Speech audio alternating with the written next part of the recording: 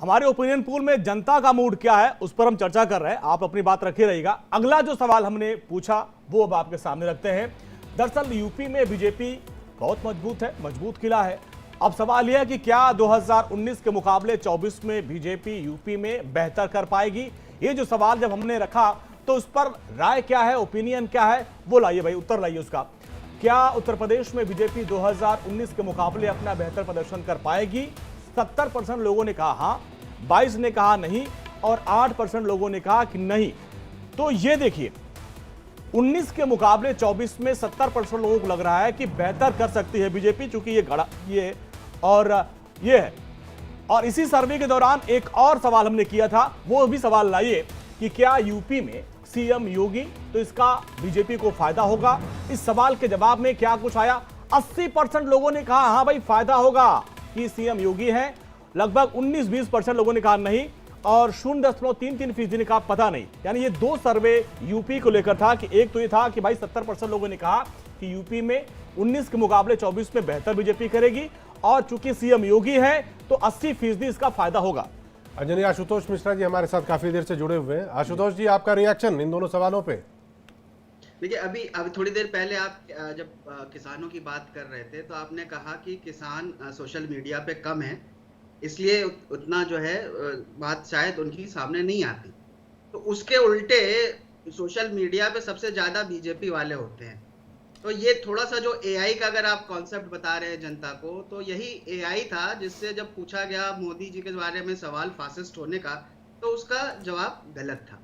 तो जब हम इस एआई के सर्वे को, मतलब जिसके लिए बाद में गूगल ने क्षमा मांगी प्रधानमंत्री से, वो फासिस्ट के उसमें, तो हम जब इस सर्वे को ले तो एक जिसको कहते हैं ना, एक चुटकी नमक के साथ ले।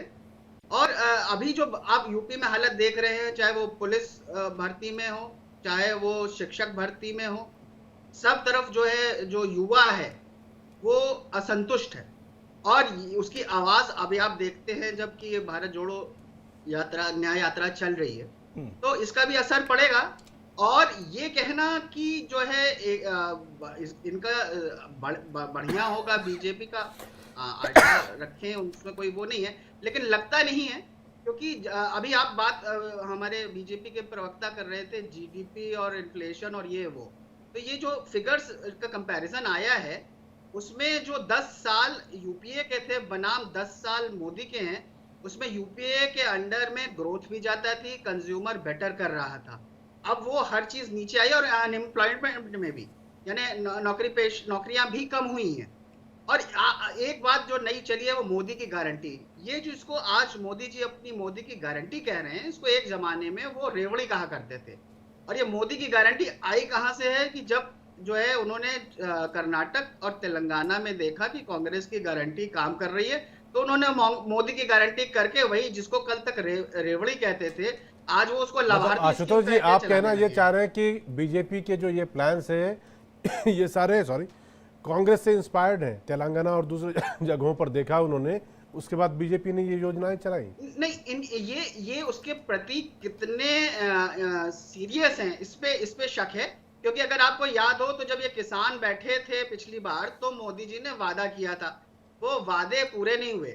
और हम लोग ने देखा था जैसे वो 15 लाख रुपए के मामले में, कि बाद में आके अमित शाह ने कह दिया कि वो तो केवल एक जुमला था। तो आज जो मोदी की गारंटी है, कल जब ये चुनाव जीत गए अगर, तो वो जुमला नहीं हो जाएगा। इस पे जनता को विश्वास करने में अब जरा सा शक होने लगा है। और जमीनी स्थिति एक आम आदमी की उतनी, जिस तरह से महंगाई है और जो हालात हैं, जो जिस तरह से अनएम्प्लॉयमेंट है, और उस तरह से नौकरियों में भी जो है, जो नौकरी में है उनके तनख्वाह उस हिसाब से नहीं बढ़ रही है। तो ये एक दिक्कत बीजेपी को सामना करनी पड़ेगी, जो कि शायद 2014 में वो अच्छे दिन के नाम पे जीत गए थे। 2019 में पुलवामा अटैक हुआ था, उसका उन्हें फायदा हुआ था। इस बार ये इस तरह की जो असली चीजें हैं जो 2019 में दब गई थी, जो कि इकोनॉमी और अनएम्प्लॉयमेंट से रिलेटेड है, उसकी मार इनको खानी पड़ेगी। जी जी जी, विजय जी काफी देर से इंतजार कर रहे हैं। अंजनी, विजय हंस जी, विजय जी ये बताइए, इस बार आपको लगता है कि बीजेपी का परफॉर्मेंस यूपी में पिछली बार के मुकाबले ज़्यादा होने वाला है बेहतर। पिछली बार 62 के करीब सीटें आई, इस बार तो 80 का टारगेट उन्होंने रखा है। आपको लगता है कि 62 या उससे कम पे रोक पाएंगे या आपको पीछे छोड़ के वो आगे निकल जाएंगे, मतलब अपना ही नंबर वो आगे बढ़ा ले जाएंगे? ये सिर्फ एडवोकेट विजय हंस बोल रहा है कि कांग्रेस अलायंस यूपी में मोर देन 60 सीट जीतेगा। आपकी कौन कौन सी सीट आपको लगता है कि कांग्रेस जीत जाएगी, जरा वो भी बता दीजिए हमारे। सीट नहीं बता पाऊंगा, नहीं प्लीज बताइए तो सही। यश फीलिंग लिटिल बिट बोर्ड। तो जश आपने बताया है कि आपके सर्वे के अकॉर्डिंगली 8.3% लोगों को सिर्फ अनएम्प्लॉयमेंट का मुद्दा सिर्फ 8.3% लोगों के लिए है और कास्ट सेंसस का मुद्दा सिर्फ 10% लोगों के लिए है। Yes, you better know this fact कि डाटा के accordingly 90% voters SC, ST, OBC और माइनॉरिटी हैं।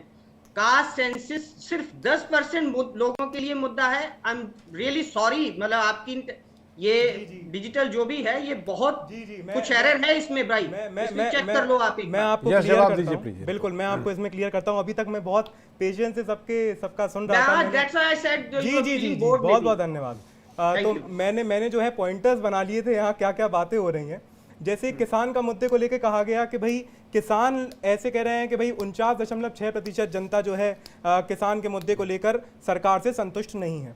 तो ये बात सही है। जब हम उत्तर देते हैं तो वो आपस में स्वतंत्र होते हैं। जब हम श्री राम मंदिर का उत्तर दें या आर्टिकल 370 के एब्रोगेशन का हटने का उत्तर दें या फिर आपको अब हम किसान के मुद्दे का उत्तर दें तो ये आपस में स्वतंत्र है। 49.6% ना होने का मतलब ये है कि भाई हाँ, किसान के मुद्दे पे सरकार ने अच्छा काम नहीं किया लेकिन यार वोट मैं बीजेपी को दूंगा। ये एक जनरल फीलिंग इमोशनल एनालिसिस से आई है।